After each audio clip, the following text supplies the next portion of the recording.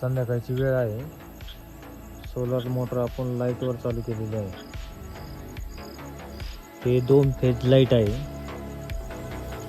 2 phase light त्या controller याला डिव्हाइसला दिलेली आहे. सप्लाय दिलेला आहे 2 फेज. आणि ही पॅनलची लाईट पण दिलेली आहे, जेणेकरून चॅनल एका स्विचवर पॅनलवर आणि लाईटवरही बदलण्यास सोपं जातं. आणि ह्या आउटपुट कंट्रोलरला दिलेला आहे.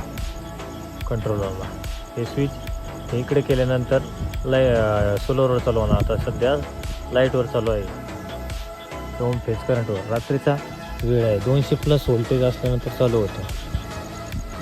हे बघू शकता तुम्ही, टायमिंग पण येतो याच्यात.